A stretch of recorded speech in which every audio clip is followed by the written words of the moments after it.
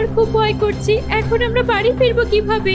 তোরা চিন্তা করিস না, শুধু রাতটা শেষ হওয়ার অপেক্ষা। আমাদের যে কোনো ভাবে রাতটা এখানেই কাটাতে হবে। না না, আমি এই জঙ্গলে রাতে থাকতে পারবো না। আরে পূজা, আমাদের কাছে আর কোনো রাস্তা নেই। তারা যখন নিজেদের মধ্যে কথা বলছিল ঠিক তখনই দূরে দাঁড়িয়ে থাকা ঋতু মুচকি হাসছিল। ওই ওই ঋতুর চোখগুলো দেখ, এখানে আমরা সবাই ভয়ে মরে যাচ্ছি আর ওই ম্যাডাম দাঁড়িয়ে আরামে হাসছে। আমি শুনেছি ডাইনি খুব ভয়ঙ্কর হয়, সে যে কারো রূপ নিতে পারে। কোথাও ঋতুটাই তো ডাইনি নয়। আমরা কি করব? বন্ধুরা, ঘাবড়ানোর কিছু নেই, কাছে একটা হোটেল আছে। আমি এখানে অনেকবার এসেছি। তোমরা সবাই আমার সাথে হোটেলে চলো, সেখানে ভালো ভালো খাবারও পাবো আর ওখান থেকে বাড়ি যাওয়ার জন্য অন্য বাসও পেয়ে যাব। তো চলো। না না শুভ্র, তুই ওর হাসি দেখেছিস?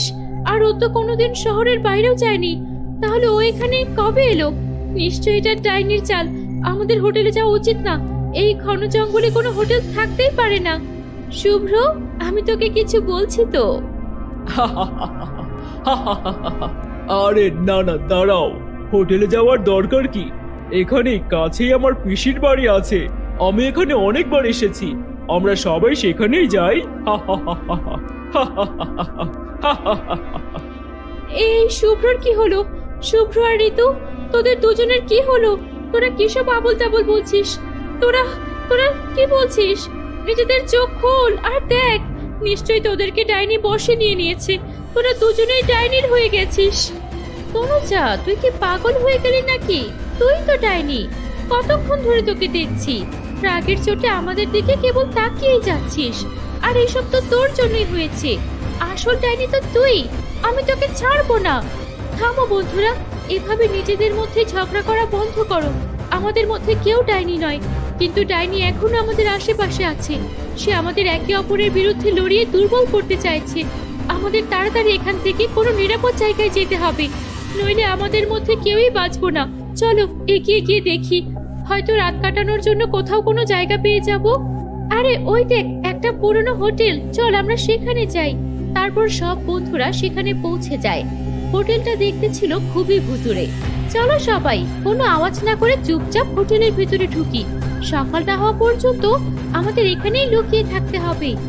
এরপর সবাই হোটেলের ভিতরে চলে যায়, কিন্তু তারা যেই হোটেলের ভিতরে পা রাখে অমনি হোটেলটা পুরোপুরি ঝলমল করে ওঠে। দেখে মনে হয় যেন এইমাত্র তৈরি করা হয়েছে। ইস, এই হোটেলটা বাইরে থেকে যতটা ভয়ঙ্কর দেখাচ্ছিল, ভেতর থেকে ততটাই সুন্দর। যদি আমাদের বাড়িও এমন হতো। শুভ্র আনন্দে হোটেলের এদিক ওদিক ঘুরতে থাকে। ইস, এই শুভ্রটার কি হলো? এতে এমন ভাবে ঘুরছে যেন এখানকার কোনায় কোনায় ওর জানা।